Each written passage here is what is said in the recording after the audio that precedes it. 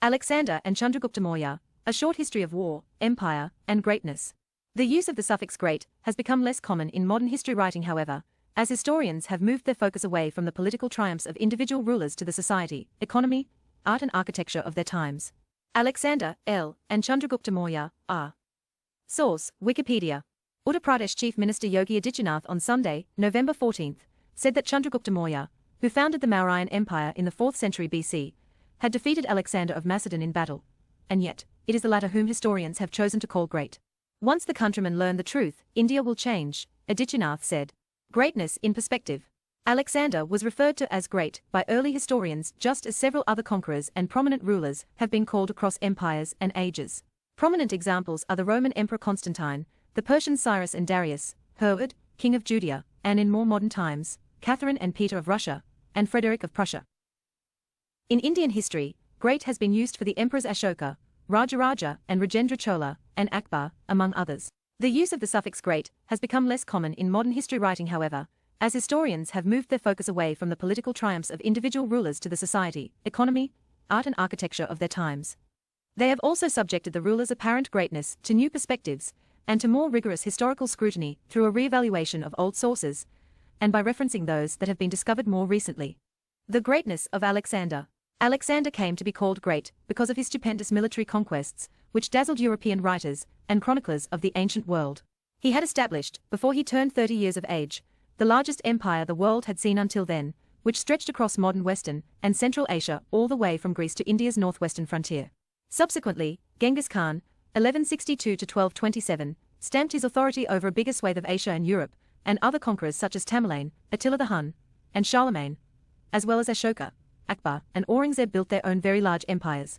The Chola emperors Rajaraja I. 985–1014 and Rajendra I. 1014–1044 built formidable navies that conquered the Maldives and reached Sri Lanka and several countries of Southeast Asia across the Bay of Bengal. And that of Chandragupta. Chandragupta Maurya's own achievements too were very significant. He was the architect of an empire that controlled the plains of both the Indus and the Ganga, and which stretched until the eastern and western oceans. With Pataliputra at its imperial center, the Mauryan Empire for the first time unified most of South Asia. Chandragupta laid the foundations of an extensive and efficient system of centralized administration and tax collection that formed the basis of his empire.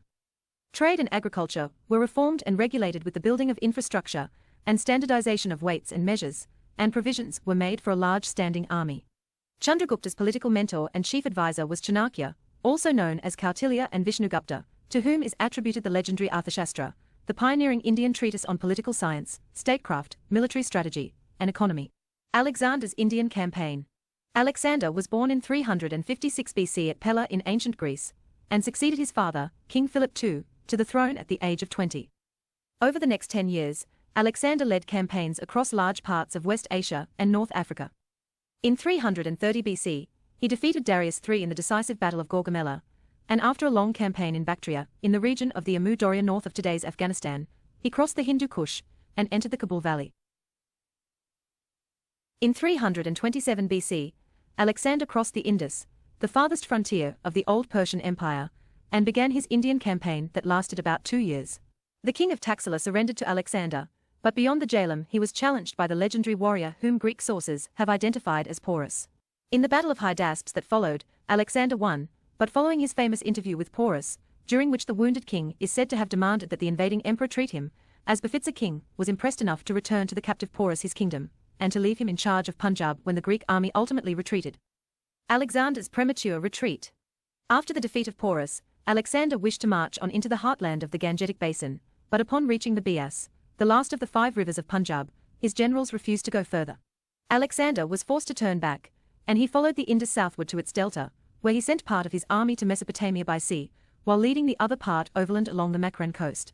He reached Susa in Persia in 324 BC, and in the following year, died in the ancient city of Babylon, to the south of today's Baghdad. His aborted Indian campaign notwithstanding, Alexander is believed to have died undefeated in any battle, seemingly fulfilling the prophecies of the oracles that he would conquer the entire world. At the time Alexander turned back from the threshold of India, his army was tired and homesick, they had wearied of fighting in the heavy Indian monsoon, and it is possible they were intimidated by stories of 2 great armies that lay in wait for them ahead, that of the Nandas of Magadha, c. 362 BC 321 BC, comprising according to Greek writers. At least 20,000 cavalry, 200,000 infantry, and 3,000 war elephants, and beyond, the Gangaridai Empire corresponding to what is today West Bengal and parts of Bangladesh. Alexander had by this time travelled some 1,000 miles from Macedonia, conquering 7 nations, and, it is said, more than 2,000 cities. He hoped to solve the problem of the ocean that Greek philosophers had grappled with, reaching the sea, and then sailing to subjugate more new lands. Chandragupta and Alexander. Historians estimate the year of Chandragupta's rise to power in a band stretching from 324 BC to 313 BC, however. It is generally accepted that he ascended the throne in 321 BC.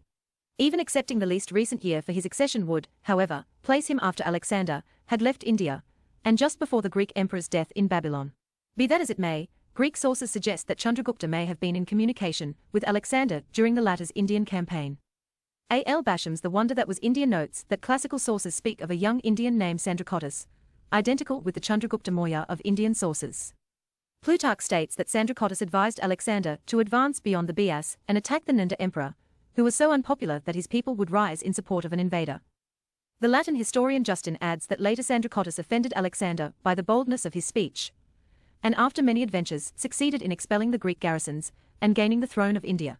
Based on these accounts, Basham concluded that it is reasonable to believe that the Emperor Chandragupta Maurya, who rose to power soon after Alexander's invasion, had at least heard of the conqueror, and perhaps derived inspiration from his exploits. Chandragupta's imperial ambition. Greek and Indian sources agree that Chandragupta overthrew the unpopular last king of the Nandas, Dhanananda, and occupied his capital, Pataliputra. The young warrior is said to have been a protege of the Brahmin philosopher Kautilya who, having been insulted by the Nanda king, bore a grudge against him. Buddhist texts say Chandragupta Maurya belonged to the Kshatriya Maurya clan associated with the Sakyas. Brahmanical texts, however, refer to the Mauryas as Shudras and heretics. Guided by the guile and strategy of Kautilya, and by his own great military prowess, Chandragupta went about fulfilling his imperial ambitions. Once he had established his mastery over the plains of the Ganga, he moved northwest to occupy the power vacuum left by the retreat of Alexander's army. These areas fell to him rapidly, until he reached the Indus. Here he paused as the Greek Seleucus Nicator, the successor to Alexander, had fortified his hold on the area, wrote Romila Thapar in the Penguin History of Early India. Consequently, Chandragupta moved to central India for a while, but 305 BC saw him back in the northwest, involved in a campaign against Seleucus, in which he was successful. By the peace treaty that was negotiated in 303 BC, some Seleucid territories that today would cover eastern Afghanistan, Balochistan, and Makran were ceded to the Maurya, wrote Thapar. Some matrimonial alliances followed as well, and during the campaign and afterward, there was considerable cultural contact between the Mauryans and the Greeks. With the Treaty of 303 BC, the roots and nodal points of the northwest region shifted from Persian Hellenistic to Mauryan control, wrote Thapar. The territorial foundation of the Mauryan Empire had been laid, with Chandragupta controlling the Indus and Ganges plains and the borderlands, a formidable empire by any standards.